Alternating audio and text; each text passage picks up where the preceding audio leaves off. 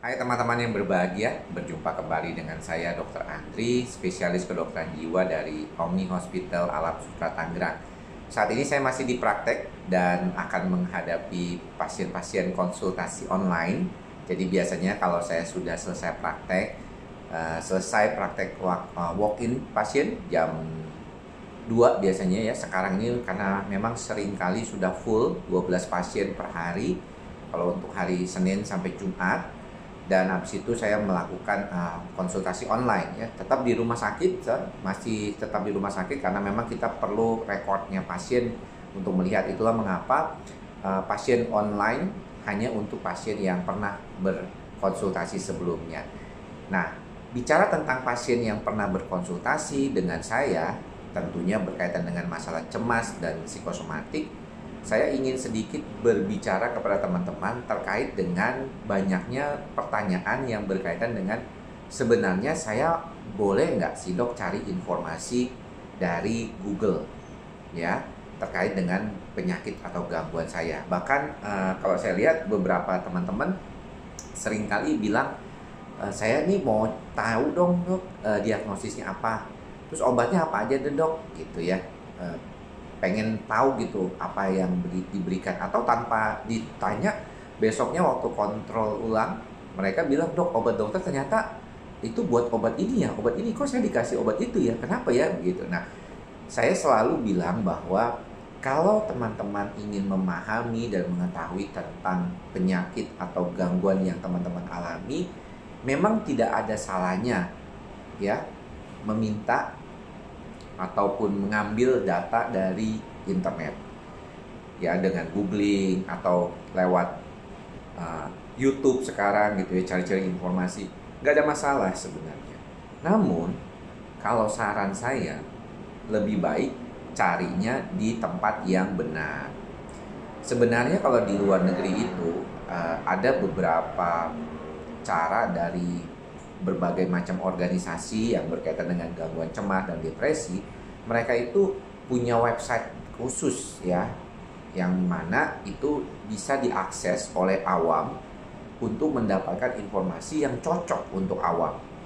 Namun selalu ditekankan bahwa diagnosis ya dan terapi harus dilakukan oleh seorang profesional ya, dalam hal ini misalnya dokter jiwa. Kalau bicara tentang cari-cari di Google ataupun googling tentang penyakit, yang sering kali jadi masalah adalah si pasien makin tambah penasaran dengan apa yang dia alami dan makin tambah cemas karena misalnya dia cari situasi terkait dengan gejala satu, malah dapatnya diagnosis dari berbagai macam gejala penyakit. Nah, ini yang membuat, kalau saya lihat seringkali membuat kekhawatiran dan ketakutannya makin bertambah.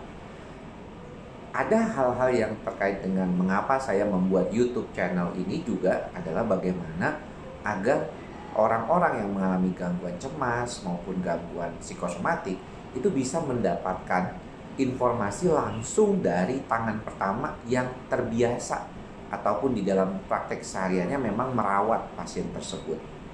Seringkali kalau kita melihat banyak sekali misalnya dari teman-teman yang sudah sembuh ataupun sudah mendapatkan terapi, kemudian mereka membuat satu video ya, vlog ataupun suatu cerita terkait dengan penyembuhannya.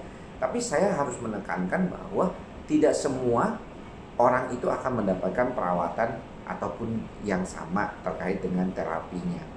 Diagnosis dan gejala pun bisa berbeda-beda walaupun misalnya gejalanya sama.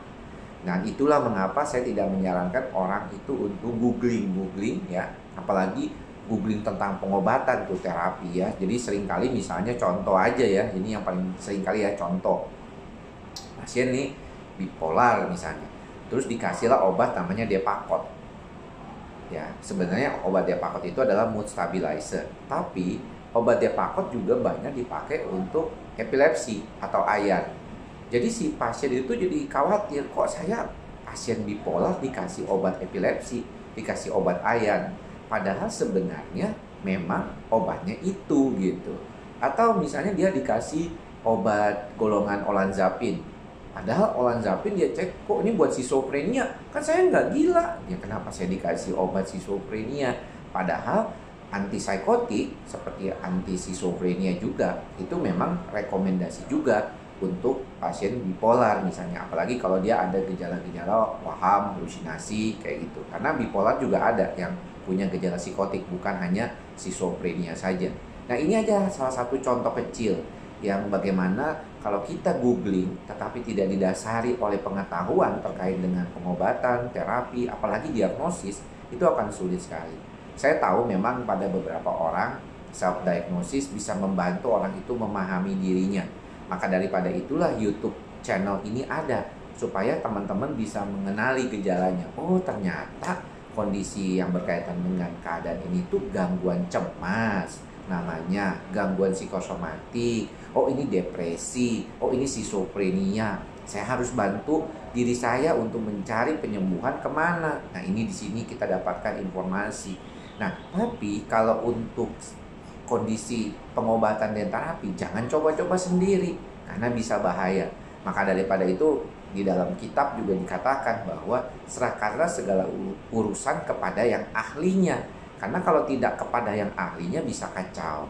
Nah demikian juga kalau kita untuk diagnosis mungkin di awal juga banyak ya banyak di internet itu ada pemeriksaan mental sendiri. Misalnya ini orangnya kayak apa ya boleh-boleh aja nggak masalah. Tapi kalau bisa memang harus dikonfirmasi oleh seorang dokter ya atau setidaknya dengan psikolog kalau misalnya berkaitan dengan masalah gangguan kejiwaan. Jadi kalau ditanya boleh nggak sih dok, sebenarnya saya googling boleh-boleh aja, tapi jangan terlalu banyak ya karena googling itu bisa bikin cemas bertambah kalau diri kita itu tidak menyadari atau masih dalam kondisi awal ya. Makanya kalau saran saya ketika orang itu datang ke saya sudah bilang untuk pertama kali Anda tidak boleh googling dulu, setidaknya sampai sebulan 2 bulan ya. Kalau udah sembuh, udah lebih nyaman kondisinya ya boleh baru googling ya. Termasuk juga bagaimana mencoba untuk memahami YouTube channel saya. Kadang-kadang juga ada yang salah paham gitu ya.